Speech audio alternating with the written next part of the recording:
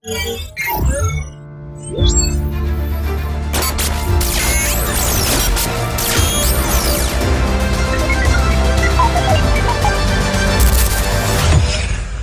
saya berjumpa bukan hanya oknum dari ustadz saja, dan juga ada oknum dari ustazah.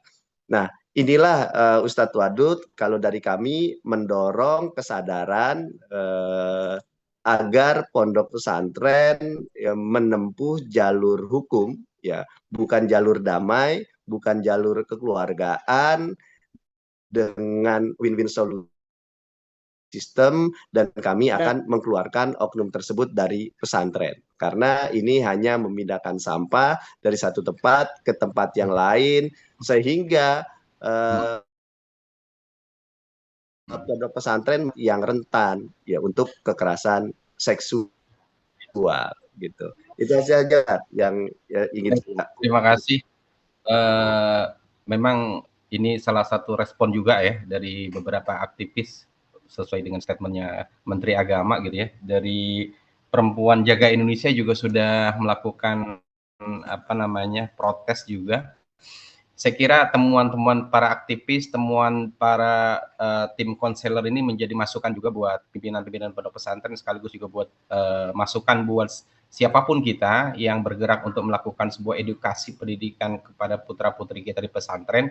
Saya kira memang kita harus berlapang dada menerima kritik konstruktif, saya kira, untuk melihat fenomena ini yang tadi seperti Ustadz Wafi sampaikan juga sangat bagus ya. Jadi sekalipun kalimatnya tidak tepat feodalisme kiai, tapi bukan berarti tidak ada, mungkin bisa jadi oknum gitu ya, kita anggap oknum.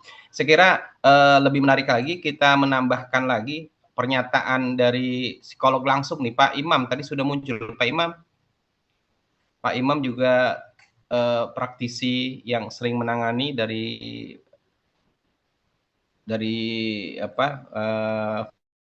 beberapa kasus yang sering dijumpai dari kliennya. Monggo Pak Imam. Pak Wadud, sebentar Pak, masih di jalan bentar Pak. 2 menit lagi ya Pak ya, saya berhenti Baik. dulu bentar. Bentar.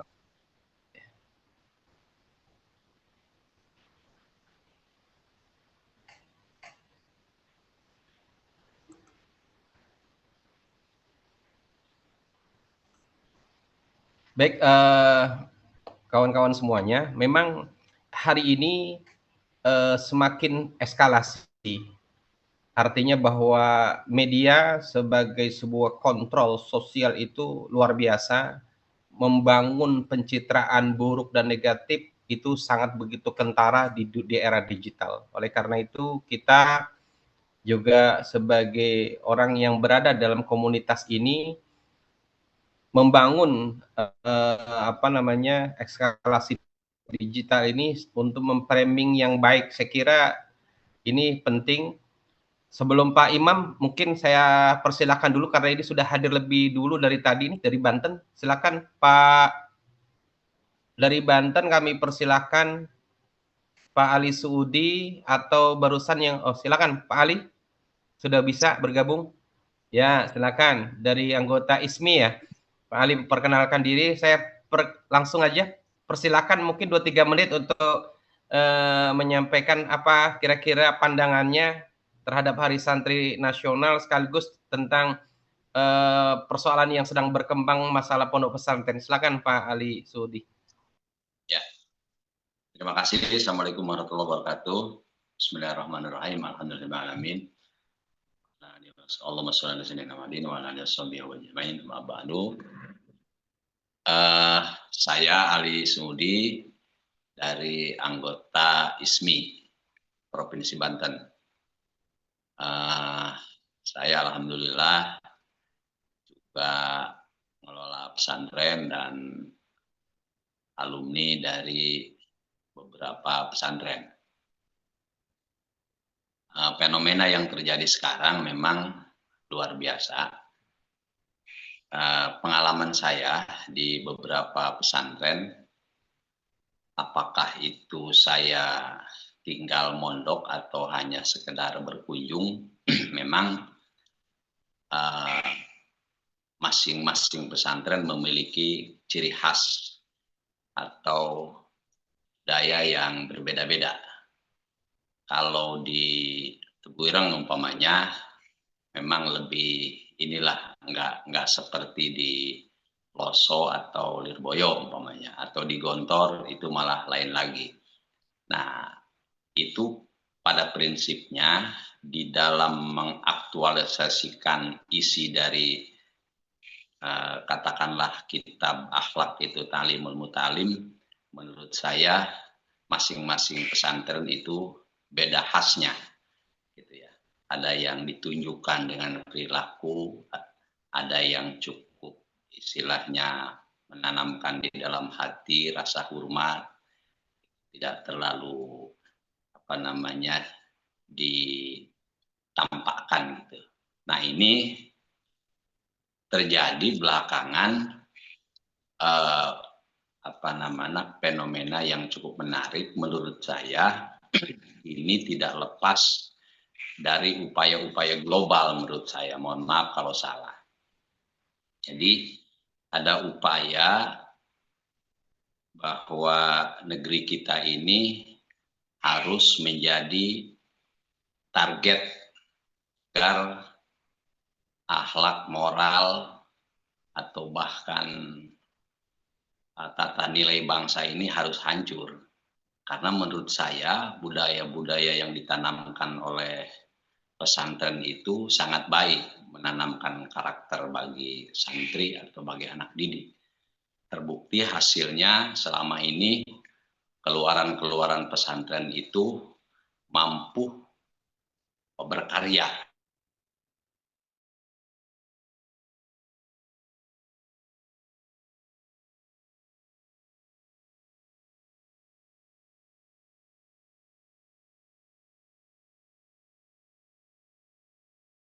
Global menurut saya kembali lagi tadi bahwa Indonesia, karena mohon maaf, pilar sebuah bangsa itu kan terdiri dari pertama adalah politik, ya. Kedua ekonomi, tiga sosial, kemudian 4 budaya, dan 5 hankam, pertahanan dan keamanan.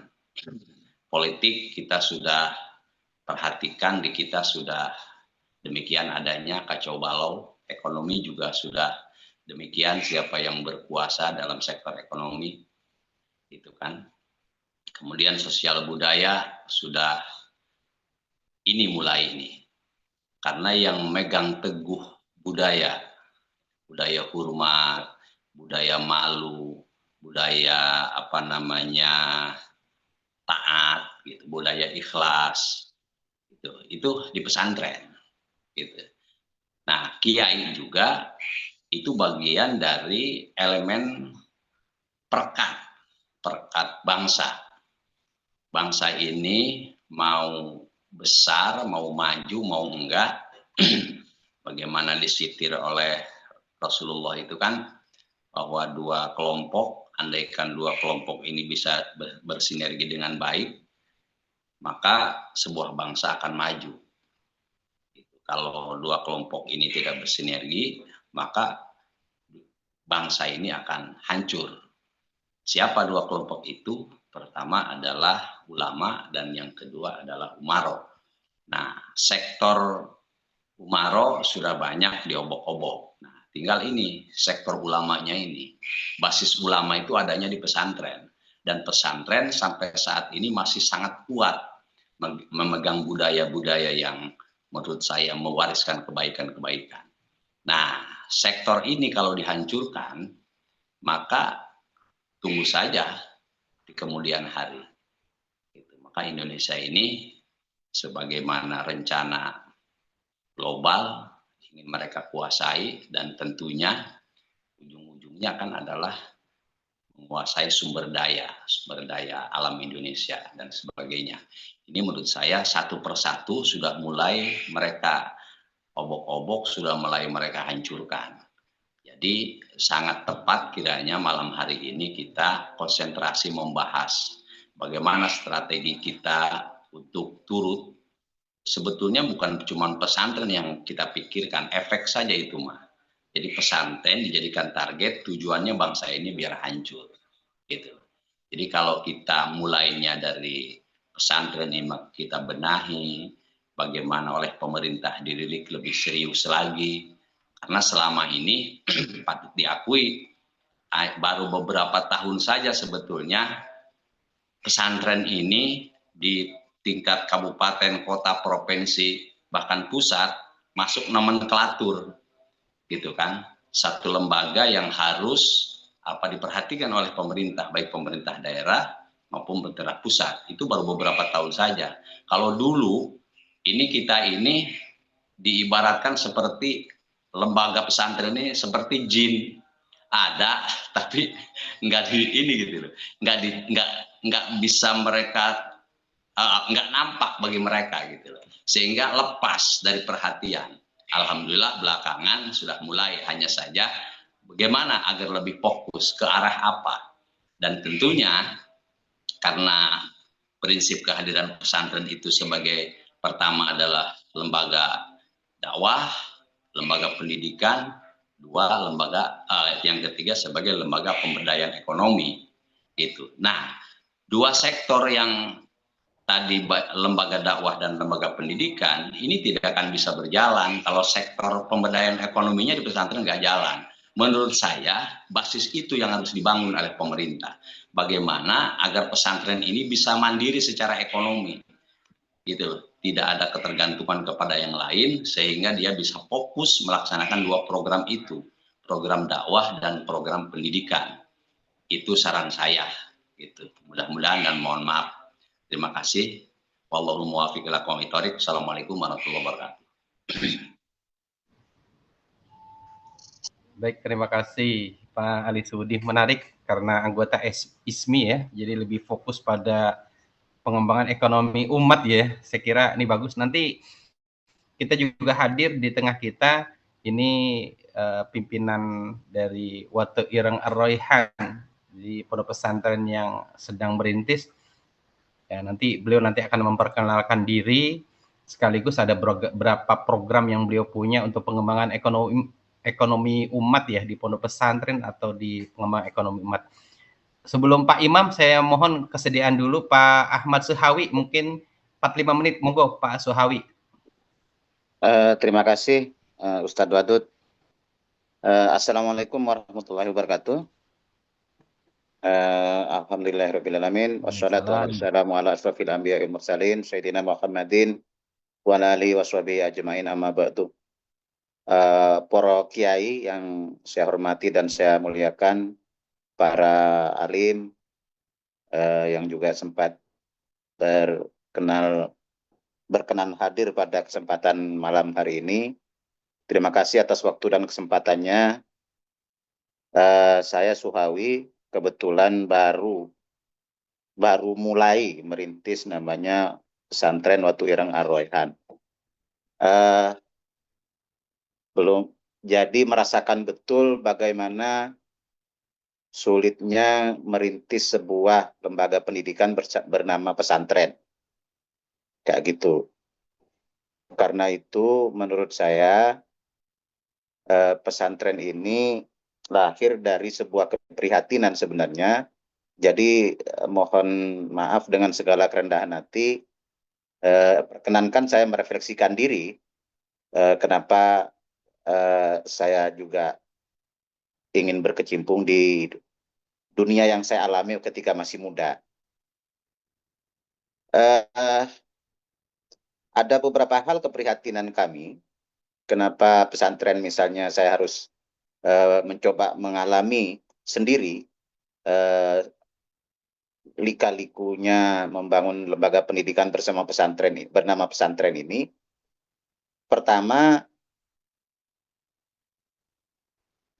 dunia pesantren kita pada saat ini menghadapi sebuah situasi yang jauh berbeda dengan 20-30 tahun yang lalu. Kita menghadapi yang namanya disrupsi informasi, di mana hoax, fitnah, dan isu-isu menyesatkan yang oleh para ilmuwan dilabeli dengan post-truth itu menjadi gejala yang umum pada waktu-waktu belakangan ini. Kalau Dahlan Iskan itu mengatakan kebenaran baru begitu. Jadi kebenaran saja tidak cukup, jadi sekarang itu ada kebenaran baru. Para ilmuwan Barat mengatakan ini post-truth, kayak gitu. Jadi pasca kebenaran. Jadi apa yang sebenarnya itu belum tentu kebenaran. Yang sebenarnya itu adalah apa yang dicekokkan ke publik, apa yang diproduksi ke publik, itulah menjadi kebenaran, kayak gitu. Sehingga kegaduhan demi kegaduhan, misalnya orang kemudian melabelinya dengan no viral no justice begitu. Itulah barangkali yang kemudian menjadi keprihatinan kita belakangan ini, ketika musibah menimpa pesantren di Sidoarjo, kemudian melahirkan bullying dan framing terhadap pesantren melalui Trans TV misalnya, Trans 7, Trans TV Crop misalnya. Ini menjadi keprihatinan kita. Padahal sesungguhnya kalau kita lihat dunia pesantren ini memang sebagian besar dunia pesantren kita ini berada di kalangan NU. Walaupun misalnya organisasi-organisasi keagamaan yang lain juga punya pesantren-pesantren, tapi mayoritas mereka memang ada pengasuhnya, tapi secara umum dikelola oleh ormas keagamannya secara lebih total begitu ya, kayak Muhammadiyah misalnya.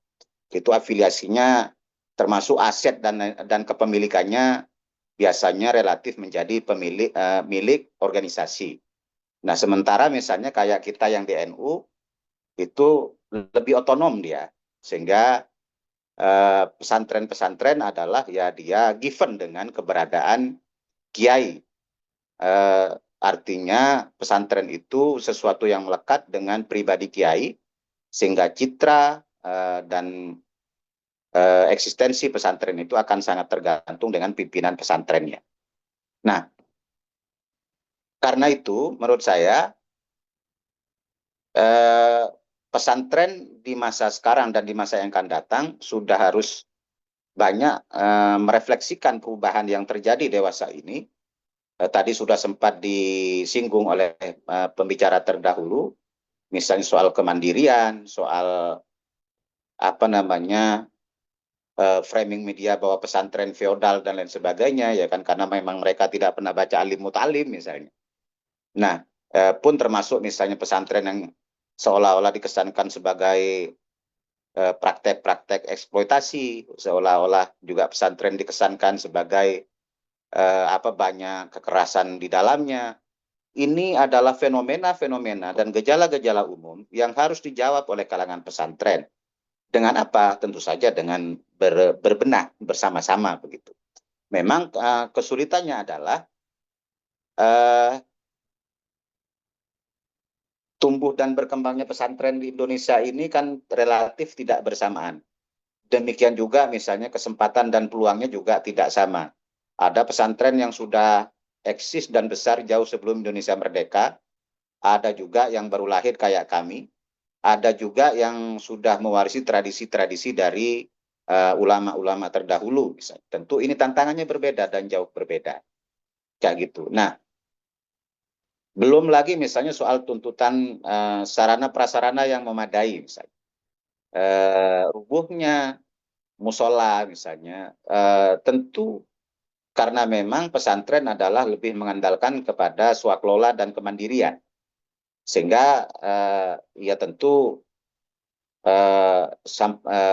tidak banyak pesantren yang bisa mengandalkan untuk membayar misalnya tenaga-tenaga profesional, arsitek-arsitek profesional, konsultan-konsultan profesional dalam membangun bangunan-bangunan gedung dan bangunan-bangunan fisik yang lain. Nah, hal-hal semacam ini tentu menjadi masalah di kalangan pesantren sebagai sesuatu yang harus kita jawab. Demikian juga misalnya framing dan berita-berita yang barangkali kebenaran dan fitnahnya sama-sama besarnya dan sama-sama kuatnya. Dengan era sosial media seperti yang ada sekarang, mudah sekali orang menjadi terkenal dan populer, tapi juga mudah sekali orang dijatuhkan melalui sosial media. Ini barangkali menjadi PR pesantren juga, dengan berbagai segala kesulitan dan situasi yang ada. Demikian halnya misalnya bagaimana kita kemudian, pesantren ini kan adalah wujud nyata yang berkembang dari secara bottom up, kayak gitu. Tidak banyak misalnya pesantren-pesantren ini yang diasuh oleh negara atau diasuh langsung oleh ormas misalnya, oleh kekuatan-kekuatan sosial politik yang lain. Mayoritas pesantren di Indonesia ini lahir dari kesadaran dan rasa tanggung jawab, kayak gitu. Lahir dari kesadaran bahwa ya kita hidup ini bukan hanya untuk ngurusin dunia, tapi kita juga ngurusin akhirat, begitu. Nah, situasi-situasi ini yang tentu masing-masing pesantren kemudian menghadapi tantangan dan permasalahannya sendiri-sendiri. Di antaranya tentu saja bagaimana membangun kemandirian ekonomi itu. Pak Karena Sahawi, mungkin 1 menit lagi ya dipersingkat. ya, bagaimana kemudian pesantren harus membangun kemandirian ekonomi. Nah, kami sempat membangun balai latihan kerja misalnya untuk mendidik siswa-siswi kami misalnya ya agar punya skill, sehingga ketika selesai dari pendidikan ya harapannya mereka bisa terpakai di masyarakat secara umum, sehingga tidak harus kelimpungan dan meninggalkan apa yang dipelajari di pesantren demi sesuap nasi. Artinya ada tanggung jawab membangun alumni pesantren, ada tanggung jawab juga membangun pesantrennya sendiri. Lah, bagaimana kita harus membangun pesantrennya sendiri misalnya? Tentu ini kita ibarat membicarakan telur sama ayam, kayak gitu. Apakah telur duluan ataukah ayam duluan yang kita harus ini kan? Karena misalnya ketika kita mencoba memberdayakan ekonomi di era sekarang, tentu kita membutuhkan modal lebih. Ketika kita membicarakan kebutuhan modal lebih, kalau kita mau ambil simpel, tentu kita harus menarik investor. Ketika kita menarik investor, maka visi idealisme kita akan kejebak nanti dengan persoalan-persoalan ya bagaimana modal itu harus bekerja. Ini situasi-situasi ini tentu menjadi problem bagi kami dan tentu saja bagi pesantren-pesantren yang masih rintisan lah ya, belum banyak dan belum maksimal pesantrennya, modal sosialnya, dan lain sebagainya.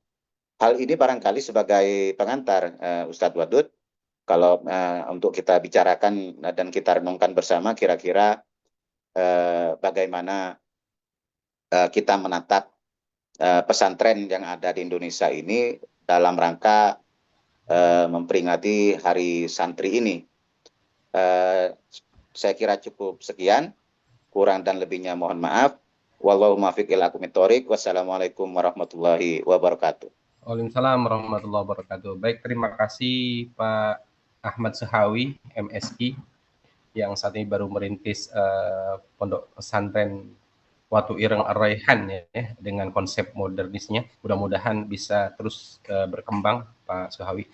Amin. Dua pembicara sebelumnya sudah berbicara tentang menyoroti bagaimana membangun pondok pesantren dengan tidak terjebak dengan fenomena framing dan sebagainya. Dan tentu saja ada masukan kembali bagaimana melihat fenomena ini dari sudut pandang perspektif psikolog. Sudah hadir di tengah kita Pak Imam Maratirso. Kami persilakan Pak Imam. Durasinya memang ini agak singkat Pak Imam, mungkin 5-6 menit lah Pak Imam menganalisa dan kemudian masukannya buat para pengasuh pimpinan pondok pesantren ingin sangat berarti. Monggo Pak Imam. Terima kasih Ustaz Wadud. Assalamualaikum warahmatullahi wabarakatuh. Allahumma sholli wa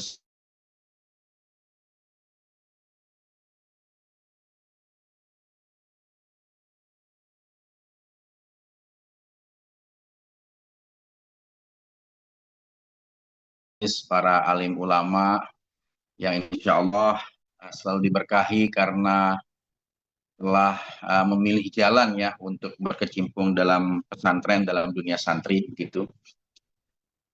Saya sendiri adalah santri ya, dan insya Allah selalu menjadi santri begitu. Saya alumni Gontor tahun 95, kemudian melanjutkan sebagai psikolog dan sekarang juga kembali ke dunia pesantren Ustaz Wadud.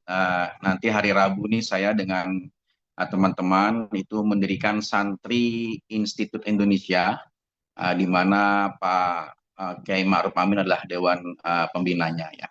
Nah, menanggapi apa yang kita diskusikan tentang kasus Trans 7 ini, yang pertama adalah bahwa kita prihatin dan menyayangkan teman-teman media ya. Dan seperti disampaikan oleh teman-teman sebelumnya tentang era post-truth ya, tentang no viral no justice, ini juga yang kita menyayangkan kepada media, karena media ini sekarang justru menjadi instrumen yang semakin merusak bangsa gitu ya. Kenapa demikian? Karena kalau saya ikuti media sosial, saya scroll begitu ya, yaitu isinya adalah berita-berita negatif gitu, teman-teman sekalian. Nah, ini yang disayangkan. Nah, kenapa demikian? Karena bad news is good news, itu cara pandang teman-teman media, karena uangnya dapatnya dari situ, dari viral, dan viral itu secara insting yang disukai kan yang aneh-aneh gitu kan, gitu loh. Nah, ini yang disayangkan oleh teman-teman media. Di samping memang saya dengar ada semacam gerakan untuk memblacklist pendidikan keislaman. Saya dengar dari beberapa teman juga, karena kalau kita jujur selama 10 bahkan 20 tahun terakhir ini pendidikan berkecambah penetnya luar biasa. Sedangkan teman-teman kita yang non muslim itu sedang menurun. Ya, itu berita yang saya dengar juga. Jadi framing menjelekkan itu semakin nyata. Jadi kita harus tegas menyampaikan keprihatinan kepada teman-teman media untuk ya, dalam psikologi itu kalau yang diberitakan negatif ya yang akan terjadi begitu. Jadi kita nih semakin putus asa, padahal mestinya banyak aspek-aspek positif dari pesantren yang bisa dimunculkan, prestasinya, kemampuan belajarnya, keikhlasan para kiainya. Nah, itu yang harus dimunculkan, dan itu sebenarnya memberikan harapan kepada bangsa ini gitu loh.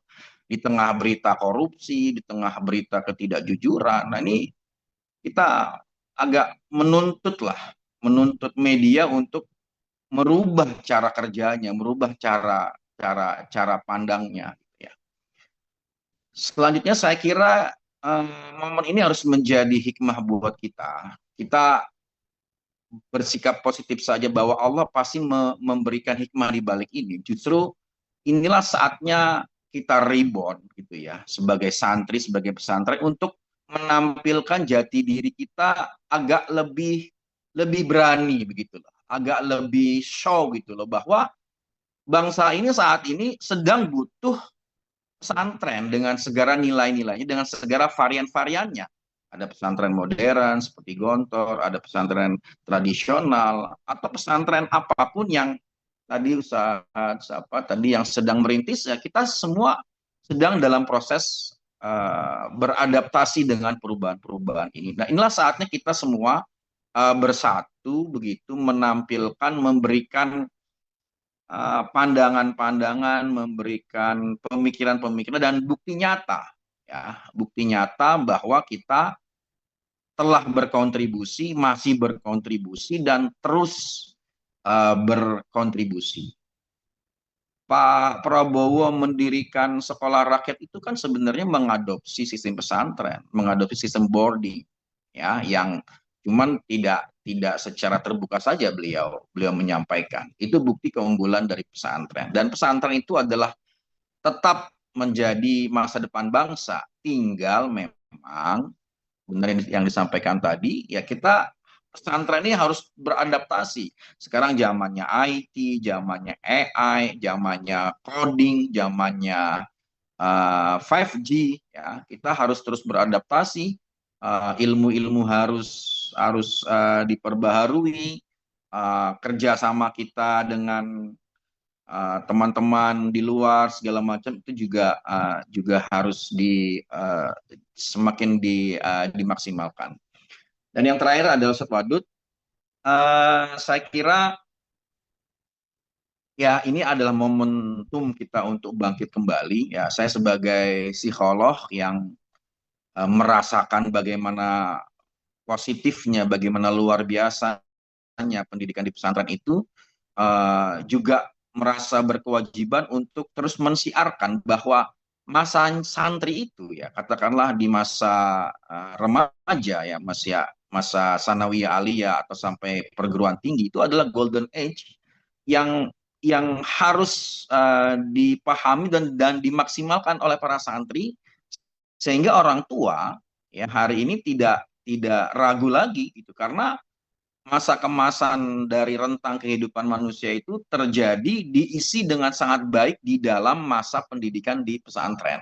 Mereka diajarkan keilmuan, diajarkan ibadah, diajarkan keikhlasan, diajarkan takzim yang isinya adalah ruhani, isinya adalah ibadah, isinya adalah sepenuhnya kebaikan-kebaikan positif. Nah, inilah yang kita semua wajib memviralkannya.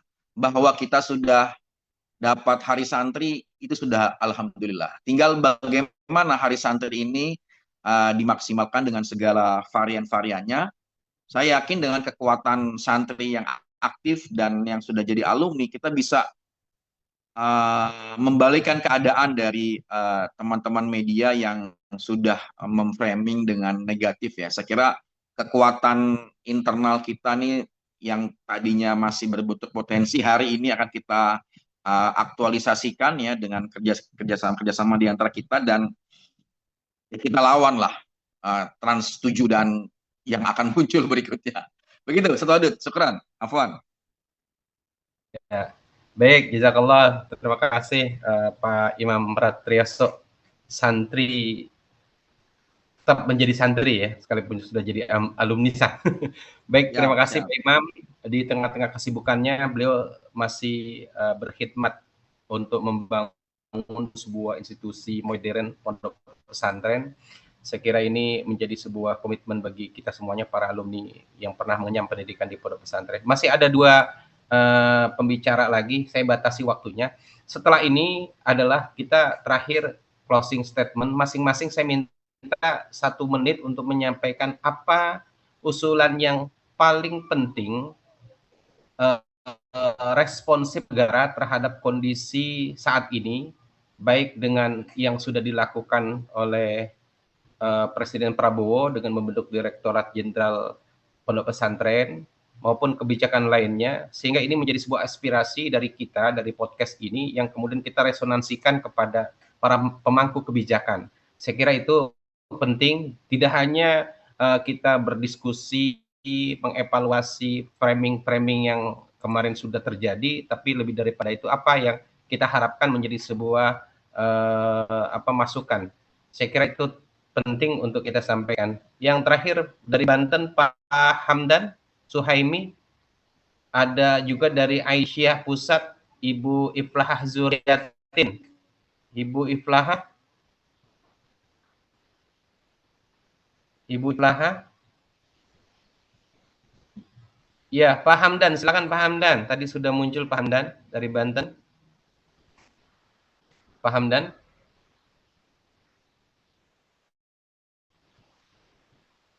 Baik, tidak ada. Langsung kita mengulas kembali dari narasumber pertama tadi, Ustaz Dr. Abdul Wafi Muhaimi sudah menyampaikan pengantar di awal tentang terminologi feudalisme yang keliru, dan kemudian apa solusi yang kita tawarkan pengembangan pondok pesantren ke depan dari berbagai macam narasumber yang tadi sudah berbicara tentang ekonomi umat, pengembangan pondok pesantren, dan sebagainya. Saya kira apa yang bisa menjadi aspirasi yang bisa kita jadikan masukan untuk pemegang kebijakan. Monggo, Ustaz Abdul Wafi.